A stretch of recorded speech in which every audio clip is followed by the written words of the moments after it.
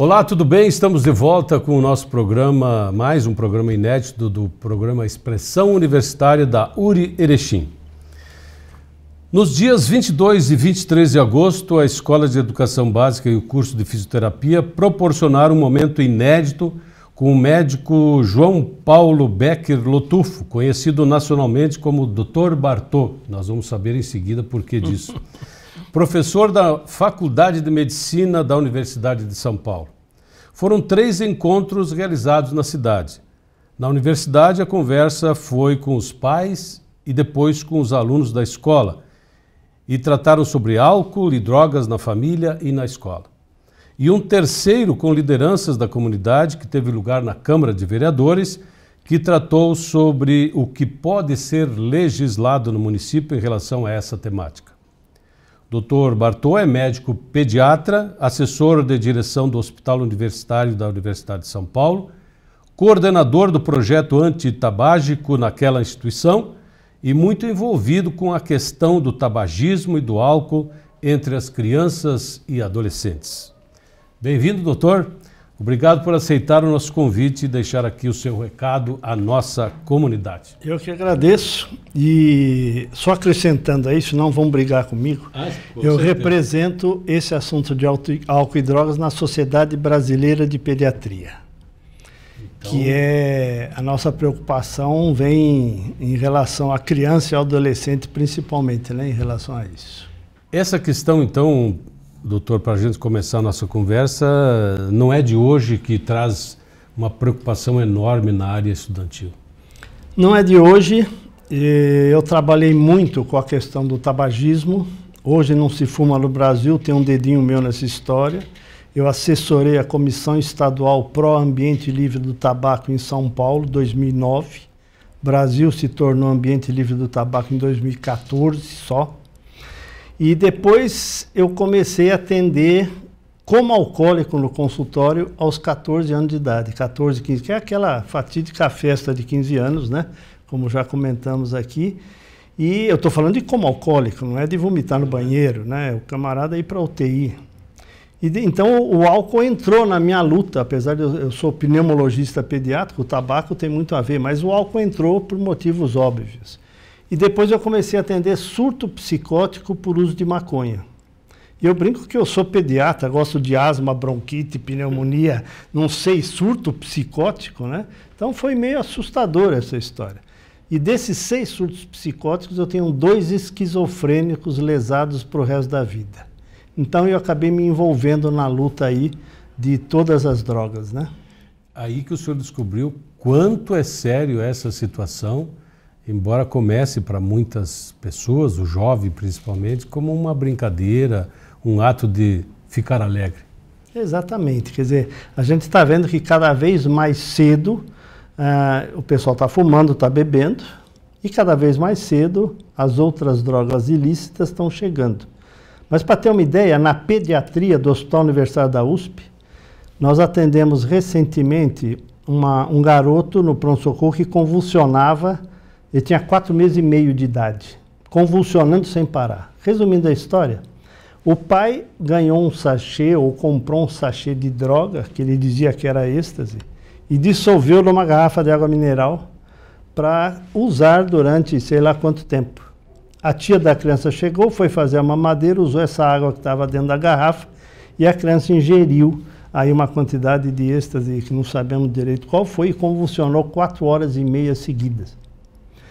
E, ao mesmo tempo, chegou uma criança com 15 dias de vida, convulsionando, fez uma parada cardíaca no pronto-socorro, foi entubada, foi para a UTI neonatal, ficou 2, 3 meses lá, acabou falecendo. A causa da morte dela era alta concentração de cocaína na urina de uma criança de 15 dias, que a mãe amamentando, usuária, transmitiu a cocaína via leite materno e acabou intoxicando a criança. Então a droga hoje, ela chega até no berçário, né? Então a gente tem que fazer a prevenção, essa é a minha luta dentro da Sociedade Brasileira de Pediatria, é fazer a prevenção para que isso não ocorra.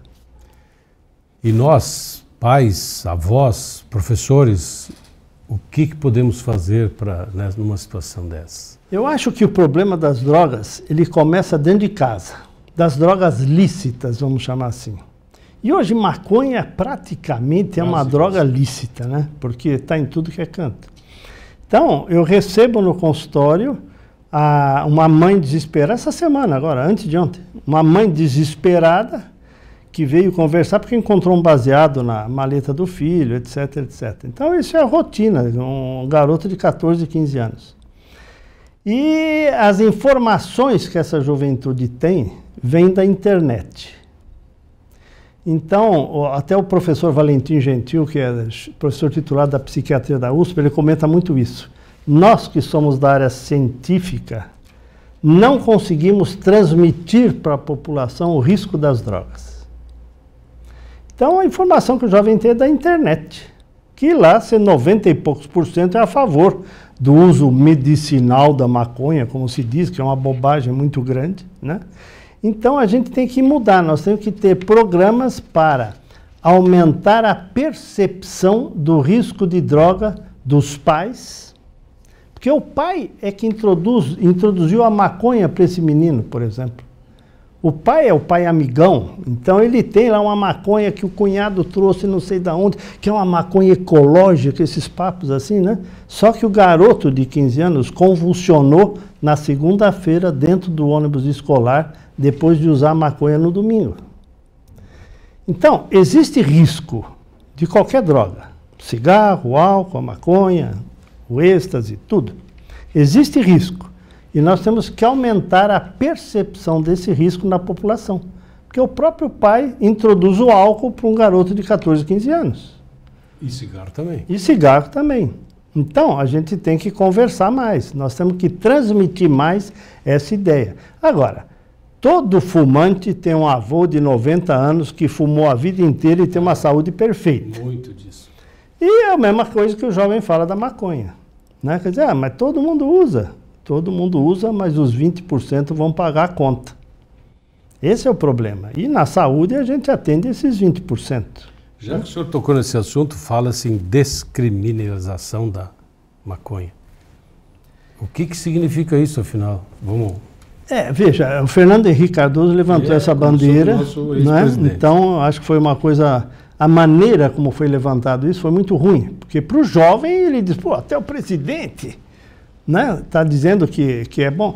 Talvez do ponto de vista, talvez do ponto de vista policial seja interessante isso, porque quem está preso, 50% de quem está preso foi detido com porte de maconha, etc. e tal, ou passando uma maconha para o outro, enfim. Então, talvez nesse aspecto, sim. Do ponto de vista da saúde, com certeza é maléfica essa ideia. Por quê? A hora que você libera a droga ou descriminaliza a droga, aumenta-se o consumo. Se de cada 100 que consomem a maconha, 20 vão ficar dependentes e um vai ter um surto psicótico, se eu tiver 200 usando, eu vou ter 40 dependentes e 2 surtos psicóticos. Essa aqui é a estatística. Então, eu não me importo. Quando me perguntam se é a favor ou contra, eu não sou nem a favor nem contra, eu não estou pensando nisso. Se descriminalizar, se liberar ou não, eu vou continuar fazendo a prevenção, que é o que eu tenho que fazer. Então, eu estou mais preocupado em divulgar os malefícios da droga e tentar fazer uma prevenção primária para que o jovem não inicie. E o jovem tem que entender que o cérebro se desenvolve até os 25 anos. Dos 21, está quase completinho, mas tem mais um pouquinho até os 25. Qualquer droga utilizada antes da maturação do cérebro, a chance de dependência é maior. Então, isso que precisa entender. Quer dizer, eu usar maconha com 30 anos é uma coisa, eu usar com 17, 16, 15 é outra. Eu ter um surto psicótico com 30 anos, a lesão do meu cérebro é menor. Eu ter com 15, 16, 17, meu cérebro está em formação. A lesão da maconha é irreversível. Isso que precisa saber. Eu estive numa cidade fazendo uma palestra e um usuário falou assim, doutor, eu queria saber o seguinte, eu já sou, como é que eles falam? Eu sou adicto, mas estou sem usar há 5 anos. Mas eu percebi que a minha memória ainda não voltou. Quanto tempo sem a maconha para minha memória voltar? Percebe? A lesão da maconha é irreversível. Então, eu tive que dizer para ele, meu amigo, a sua memória não vai voltar. Esse é o ponto da história. Quer dizer, você tem uma diminuição de 8 pontos de QI usando maconha, talvez para nós não faça muita diferença, mas para grande parte da população, 8 pontos a menos vai fazer muita diferença. Então, precisamos pensar nisso. Doutor, do jeito que se fala e da forma com que o senhor está colocando a situação, dá para se falar que nós estamos passando por uma epidemia? Eu acho que sim, né? Não tem dúvida, porque a droga está em todo canto. Quando se fala em droga, me permite, nós estamos falando de maconha, de cigarro, de álcool, né? Droga sintética até. Drogas sintéticas. Né? Do que faleceu há 5 anos lá na Raia Olímpica da USP, aquele rapaz que morreu afogado na Raia Olímpica da USP. Ele estava alcoolizado e ingeriu uma droga sintética que ninguém conhecia direito na época. Porque a droga sintética hoje, muita gente que entende do assunto modifica aquela droga e você faz uma outra droga que não é o êxtase, por exemplo. Só que o efeito daquela droga fica desconhecido. Aquela droga que esse camarada ingeriu produz um calor intenso no organismo. Por isso que ele foi para a Raia Olímpica da USP. Só que estava alcoolizado, aí não sabemos o que aconteceu, se afogou ali. Então, qualquer tipo de droga está fora, né? E a gente tem estudos vitoriosos no mundo a respeito da droga. Então a gente precisa conhecer isso aí. Já que estamos falando de família, escola, como é que a família, a escola, onde a criança, o jovem vive a maior parte do tempo hoje em dia, como é que nós podemos contribuir para controlar mais cedo essa situação? Eu trabalho com 5 itens, que é o que tem no projeto do Dr. Bartô, né? Que é um projeto de prevenção de droga para criança e adolescente. Por favor, por que Dr. Bartô? Esse Dr. Bartô, talvez o senhor se lembre, pela sua experiência, né? Que é o Rondo Golias tinha um personagem que chamava Bartolomeu Guimarães, que era um velhinho de barbicha, que dormia nas entrevistas e tal, e eu imitava esse camarada, né?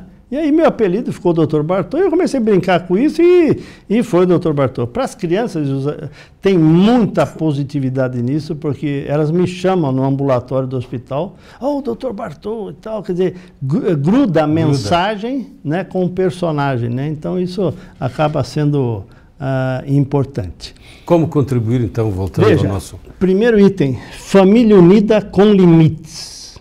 Limite é uma coisa que está faltando hoje, né? Regras. A família tem que ter regras, né? A vida não é só balada, por exemplo. Que tal um fim de semana ir para a balada, o outro fazer uma atividade com a família? Segundo item, espiritualidade. Não estamos falando de religiosidade, estamos falando de algo espiritual que pode te ajudar. Depois, aumento de atividades culturais e esportivas. Isso foi feito na Islândia, com sucesso terrível. Depois, eu digo que atividades sociais. A família tem que ter um trabalho social e a criança tem que estar envolvida nesse trabalho social. Então, eu me lembro, com 7 anos de idade, eu estava no Exército de Salvação, no orfanato, distribuindo presente no Natal. Nunca vou me esquecer disso. Então, eu tenho um trabalho social intenso. Meus filhos todos têm um trabalho social. Quer dizer, isso vem de família. Eu exagerei um pouco, que meu filho mais velho foi para o Nepal trabalhar numa ONG que resgata meninas do tráfico sexual. Quer dizer, exagerei também, né? Mas atividade social é importante. E depois, os amigos. Se você está num grupo que usa droga, que bebe aos 16 anos, a chance de você não fazer isso, como é que fica? Então, com quem está o seu filho, né? Aonde está seu filho, com quem, fazendo o quê? Esse é o ponto. Então, são 5 itens básicos. Então, hoje, por exemplo, esse rapaz que eu atendi essa semana, por exemplo, que é uma consulta que a gente faz de dissuasão do uso de álcool e drogas, tentar dissuadir, tentar fazer com que ele não use, para ele entender o risco disso, etc., né? Mas se ele está no grupo que usa, Agora eu falei, vamos fazer o seguinte, que tal você sair com seus pais? Nossa, ele achou um horror aqui. Por quê? Porque a família não tem esse costume. Então eu não vou pegar um garoto de 16, 17 anos e querer que ele comece a frequentar uma igreja, que ele comece a sair com a família. Já foi. Passou a época. Já passou a época. Isso vem de berço, né? Então a família tem que se preocupar com isso. Quer dizer, o pai deixa uma garrafa de vodka para a turma se esquentar antes de ir para a festa. E a turma tem 14, 15, 16 anos. Outro dia, de dois não chegaram nem a entrar na festa. Já foram direto para o hospital. Só no esquenta. Então, né, festa de 15 anos ou festa de qualquer buffet aí, festa de menor de idade, você tem bebida alcoólica. Quanto que o pai bebe na sua festa de família? Né? Quanto que ele bebe? É o exemplo. Se o pai fuma, quer falar para o filho não fumar? Tem vídeo na internet, pois é. Criança então, dizendo que quer ficar grande para beber que nem o pai. Pois é. Antigamente, na minha época, você tinha que tomar uma cerveja e fumar um cigarro para você, é o pedágio, vamos dizer, da adolescência para a vida adulta. Hoje, no meu tempo era Cuba Libre, né? Que era rum com Coca-Cola. Hoje, faz parte a vodka e faz parte um cigarrinho de maconha. É o pedágio para passar para a vida adulta. Então, o jovem tem essa conotação. Então, esses 5 itens acho que são os mais importantes. Se a família leva a sério isso, falar claramente sobre essa questão desde cedo é extremamente importante. Com certeza. Eu tenho vários programas que a gente chama de aconselhamento breve sobre álcool e drogas. Dentro do consultório pediátrico, meus residentes têm que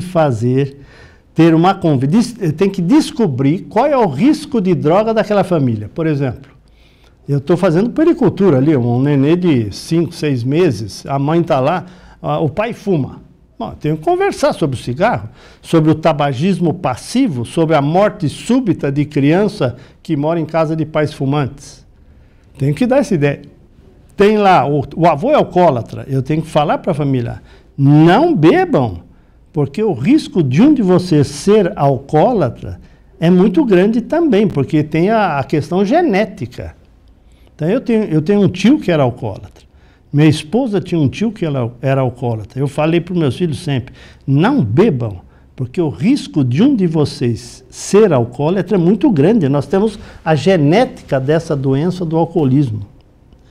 E assim vai. Então, é por aí. E como é que fica a questão de beber socialmente, então? Pois é. Todo alcoólatra bebe socialmente.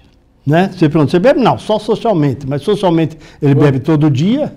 Né? Ou o jovem é o quê? É o binge drink. O que é o binge drink? É beber por excesso, a tradução disto. É aquele que chuta o pau da barraca no fim de semana. Começa quinta-noite o fim de semana. E vai até segunda. Né? Então, não é alcoólatra só aquele que bebe todo dia. O binge drink é um tipo de alcoólatra. Né? Ele não fica um fim de semana sem beber. Eu tenho um rapaz, eu estava falando lá do aconselhamento breve no consultório, né? Esse é um tipo de aconselhamento. Só que o jovem médico ou o velho médico, ele não faz isso. Ele vê a doença só e acabou. Né? Eu atendi uma criança que a mãe deu 8 broncas no filho mais velho durante a consulta. E a criança pequena que veio por causa de uma bronquitezinha ali e tal. Eu achei aquelas 8 broncas demais. Resumindo a história, quando nasceu o de 2 anos agora, que é fruto de outro casamento, ela deu o filho de 8 para a avó cuidar. O de 8, quando vem na casa do de 2, mete a mão no moleque de 2. Óbvio, porque roubou o lugar dele. E o pai do de 2 senta a mão no moleque de 8. Então, a bronquite ali era o menor dos problemas. Então, o médico tem que estar atento a esse tipo de coisa, né? Eu ia entrar um pouquinho mais na questão, mas já estamos quase no fim do nosso programa, para o senhor detalhar um pouquinho também sobre esse projeto seu dentro da USP. Envolve todo mundo? Como é que funciona isso? Nós temos um projeto que chama Aconselhamento Breve sobre Drogas via Internet. Por quê? Quantas escolas eu vou conseguir, quantos municípios eu vou conseguir ir, né? Então, via internet, hoje a internet é o meio de comunicação. Então, a gente manda um videozinho de 2, 3 minutos falando do que a gente está falando aqui, mas com dados científicos. Então, tem um que já está lá no site do Dr. Bartô, você abrir lá, puser no Google, Dr. Bartô. Dr. Bartô, pum, vai sair lá. Em cima tem aconselhamento breve sobre drogas, está tudo ali. Então, falando, olha, não use drogas até os 21, porque o seu cérebro vai se formar até os 21, então o risco é maior. Está lá e tem um trabalho científico mostrando isso, dados científicos. Então, outra coisa, a maconha medicinal. Eu vou falar, a maconha medicinal não existe. Existe o canabidiol medicinal, que é uma substância da maconha. Não é fumando maconha que você vai conseguir um benefício. Muito pelo contrário, um baseado equivale a 4, 5 cigarros para risco pulmonar de doenças. Então, esse programa de aconselhamento tem que ser contínuo. Então, nós bolamos isso. Então, por exemplo, eu mando para a Sociedade Brasileira de Pediatria esse vídeo, ela repassa para os 25 mil pediatras do país. Eu preciso mudar a cabeça do pediatra. Eu mando para um grupo, uma ONG, Free Mind, ela manda para 15 mil associados. Então, nós estamos com 60 mil. Começamos em agosto isso. 60 mil pessoas recebendo. Eu quero chegar a 300 mil, 400 mil, sei lá quantas. Né? E eu já sinto resultado nisso, porque tem gente que me liga, já nem sei como é que ela recebeu aquilo, porque um repassa para o outro, aquela coisa de internet. Então, o nosso projeto é esse, é um aconselhamento breve sobre drogas via internet. E nós estamos mandando para as escolas também. Tem escolas privadas que estão querendo receber esse material, eles repassam para os pais de alunos e repassam para os professores. Para isso, a rede da internet é importante, né? Importante. Por isso que estamos aqui também. Se você pudesse ter, pela televisão, 2, 3 minutos de um aconselhamento breve, de um videozinho, é uma ideia. Pronto, surgiu aqui agora. Né? Mesma coisa, eu tive ontem na TV Gospel, lá em São Paulo. Mesma coisa, sexta-feira é um programa mais de cultura. Então ela vai pôr lá 2, 3 minutos. Pronto, sei lá quantas pessoas vão ver isso aí, né? Mas é a maneira da gente usar a internet para divulgar e aumentar a percepção do risco de droga que a juventude, os pais, os professores, os médicos, que a população em geral não tem. Porque a informação que o pessoal tem é só via internet, ali fala quem quer e você ouve coisas absurdas, né, dizendo aí de liberação de maconha ou coisas desse tipo. Esses vídeos que o senhor falou, nós, públicos leigos, digamos assim, temos acesso também? Com certeza, tá? Esse programa está no site do Dr. Bartô. Isso, está lá. Né? O que eu tenho, porque isso aí dá um trabalho para se fazer, né? Eu tenho que gravar, vou atrás do professor lá que fala sobre, gravei agora em João Pessoa, um congresso médico lá, e o professor gravou. E essa coisa que eu também não conhecia, um baseado para o pulmão é igual a 4, 5 cigarros, do ponto de vista pulmonar, risco pulmonar de doenças. Então ele gravou isso em 2 minutos e tem um artigo científico lá comprovando isso. Está lá, é só acessar ali. Doutor, o senhor também é secretário do Departamento de Pneumologia da Sociedade Brasileira de Pediatria, o senhor falou isso no início. Tem alguns contatos aqui, e o contato hoje é fundamental. Qual seria o endereço? Não é o doutor Bartô aqui que dá essas... O meu site pessoal, que é o jlotufo@hu.usp.br, e tem também os telefones aí, que é o 3024-7490, que é o mais fácil aí de me achar, com 11 na frente, né, que é São Paulo. Então a ideia é a gente trocar ideias, né, ventilar novas ideias, novas maneiras de prevenção e todo mundo trabalhar nesse sentido, né? Então nós vamos ter tivemos uma reunião na Câmara dos Vereadores. Eu também faço um trabalho de advocacy, porque como é que a gente conseguiu diminuir o tabagismo no país? Não foi eu tratando lá, fazendo o pessoal parar de fumar no meu consultório, foi fazendo advocacy, votando leis como essa de não se fumar em ambiente fechado. Restaurantes, né? E a minha proposta é votar uma lei, por exemplo, de não beber a céu aberto. Não beber na rua, como é nos Estados Unidos. Já tem algumas coisas nesse sentido no país, né? Já tem algumas raras coisas nesse sentido no país. Mas agora, quando você fala para a população tabagismo, todo mundo sabe que fumar faz mal. Agora vai mexer no álcool. Agora, você você beber em público, você está estimulando a criança a beber no futuro mais precocemente. Essa é a preocupação. Ninguém é contra a bebida, né? Mas tem que ter regras. E regras estão faltando um pouco no nosso país aqui. Doutor Bartô, terminou o nosso tempo, que pena. Mas o senhor vai voltar logo aqui em Erechim. Nós, com muito prazer, teremos condições de receber novamente aqui no nosso programa para maiores esclarecimentos. Acredito que as informações do Dr. Bartô foram extremamente importantes para nos esclarecer e nos alertar cada vez mais sobre a importância de estarmos atentos sobre essas situações. Muito obrigado pela sua contribuição aqui no nosso programa e também com a nossa comunidade aqui de Erechim, doutor. Eu que agradeço. Obrigado. Obrigado a você em casa que semanalmente nos prestigia aqui no Expressão Universitária. Até a semana que vem.